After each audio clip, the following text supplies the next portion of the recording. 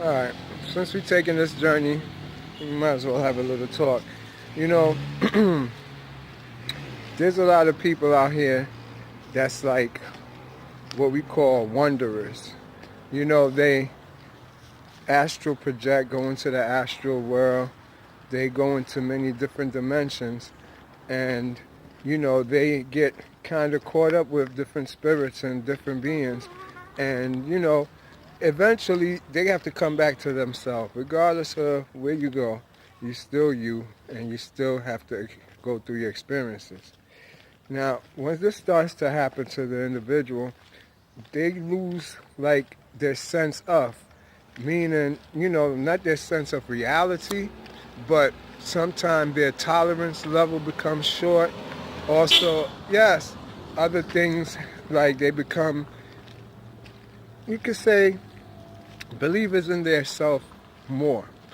But in them believing in themselves more, they wind up calcifying themselves into the material self, the lowest self, even though they're in a higher self body. You see, when you're talking about lower self and higher self, you're talking about being the pharaoh, like uniting both kingdoms, your lower self and your higher self, the two worlds, heaven and hell. But it's to know them, be one with them, because that's what being the master is. You can't have one hidden and only act out one. That would be considered being self-righteous or half-sided. So we learn to balance out these forces.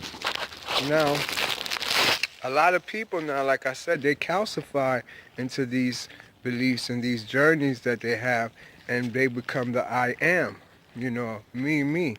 And that's when they wind up changing their psychology, when they start being what's called possessed. You see, possession is not actually something coming and possessing you. It's something making you and encouraging your beliefs.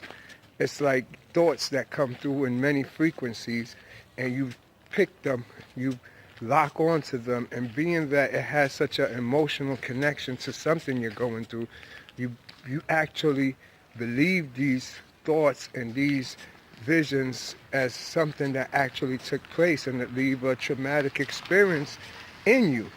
Not that you experienced it, but you would say literally you did. And you did. But like I said, these is what we call soul quickening, where your soul is being remembering events. It's remembering how to use the energies of nature. All of these is important because when you go into the astral world, you going into a atomic world and subatomic world. And in those worlds now, you change. You become like the adamant. You shrink down. You feel yourself literally going down into the bed, whatever you're meditating on. You know, sometimes you even feel it when you're going to sleep. Well, these is the feeling that you get. It's some type of kinesthesia that actually your body freezes up in the sense that it sends out some type of anesthesia that make the body don't move. But it don't stop the body. What it do is like it give it a copy body. And so you just copied your whole nervous system, emotional system, all the other bodies except for the physical now is asleep. So you're looking at, when I say the subatomic and atomic world, you're looking at the higher you, the higher self. Then you start coming down to the ether and the astral. But now you cut off the physical. So all of these now seems kind of crazy to you because you're experiencing the other bodies of yourself aside from the physical body in the physical time zone. You know, and that's what they call it, the real time zone, where events take place. You're in like a virtual reality of this world, but it's in mind. But we live in a mind that we believe in it so much we calcify. So I suggest when you go into the astral world and you start messing with these crafts and these gods and these deities, once you start praying to them, you forfeit your birthright. You see, they were sent with you. They're part of your body and they work for you. you can't really make them do something for you. You got to do it for yourself. Or if you desire it through thought, they will retrieve it for you. So, we lose that ability once we start praying and worshiping that which is ourself.